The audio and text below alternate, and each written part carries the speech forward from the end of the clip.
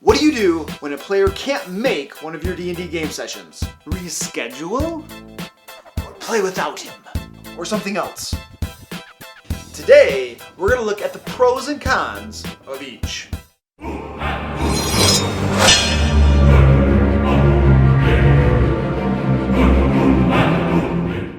Hey, Lou Hart here. I have been a DM since a wee little lad.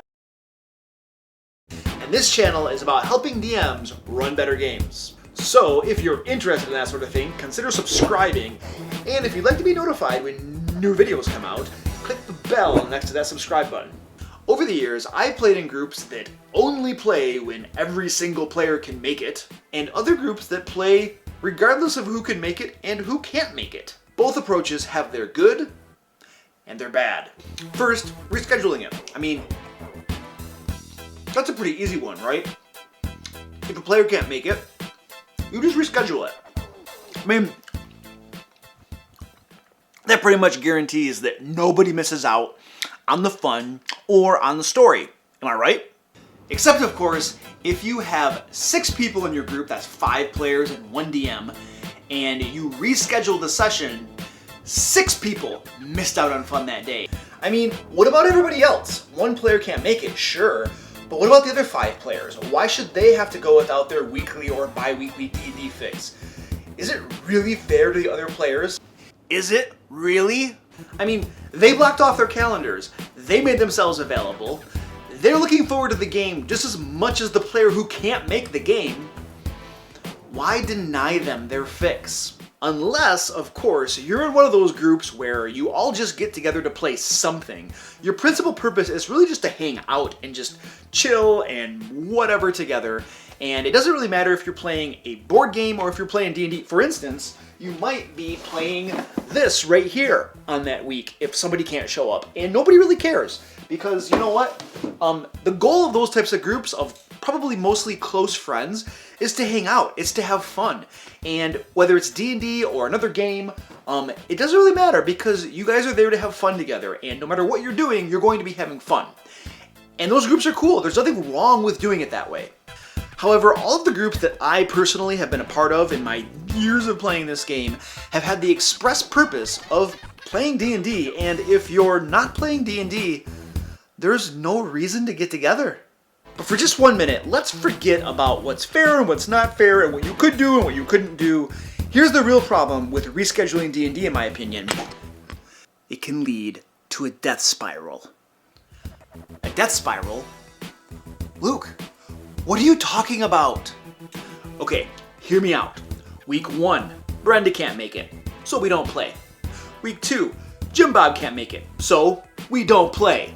Week 3, everyone can make it. Week 4, week 5, and week 6. All rescheduled.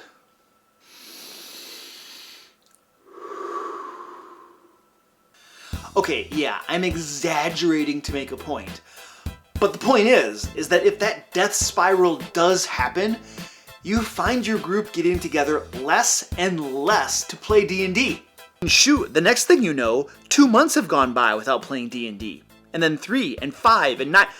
Shoot, do we even play D&D anymore? And then, when we finally get back together to play, after months of not playing, everybody has forgotten what's been happening. But you know what? There's a bigger issue at work, really. Players want to play D&D. I mean, that's why they joined your group, isn't it?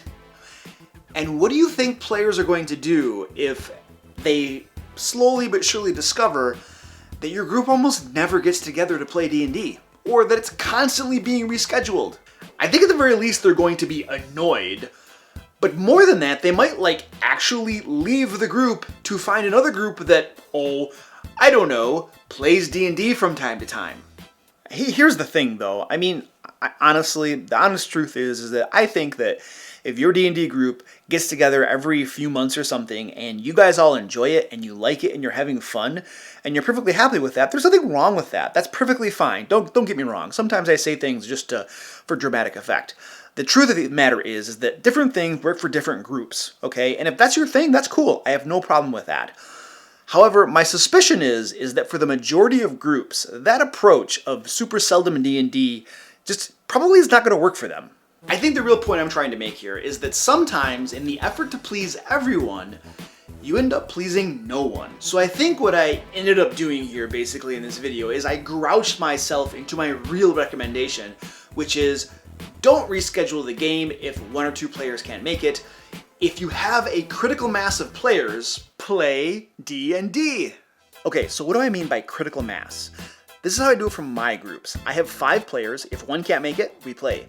If 2 players can't make it, we still play.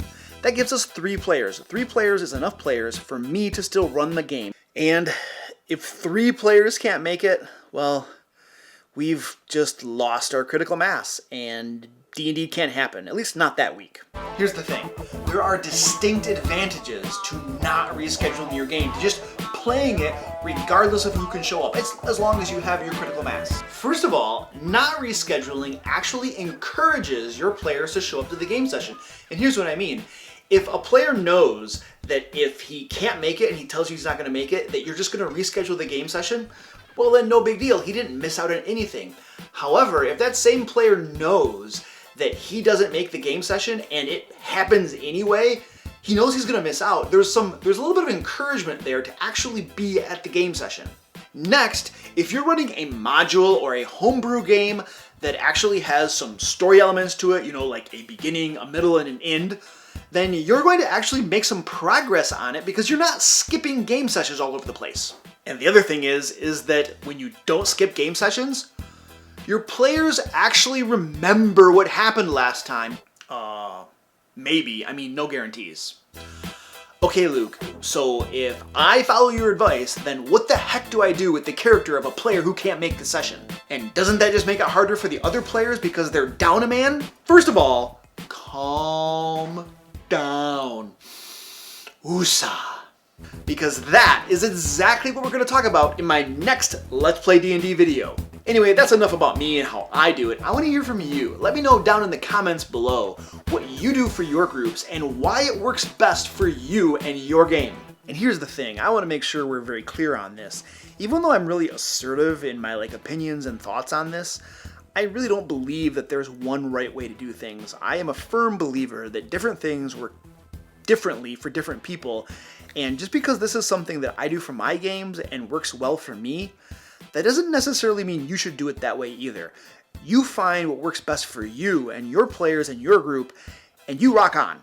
If you like this video, click the thumbs up button down below, share it with your friends, and consider subscribing. Remember, you can follow me on Twitter, Snapchat, and Instagram at the DM Layer. If you're into Reddit, I'm LukeHart214, and I have a subreddit by that same name. If you're looking for adventures to run at your table, then I do publish some of the adventures that I create over on DriveThruRPG, and some of them are actually free too. So there is a link below down in the description for fantasy fiction based on D&D. Consider checking out my blog, thedmlayer.com, where I write about the adventures of some of my D&D groups. Until next time, let's play D&D.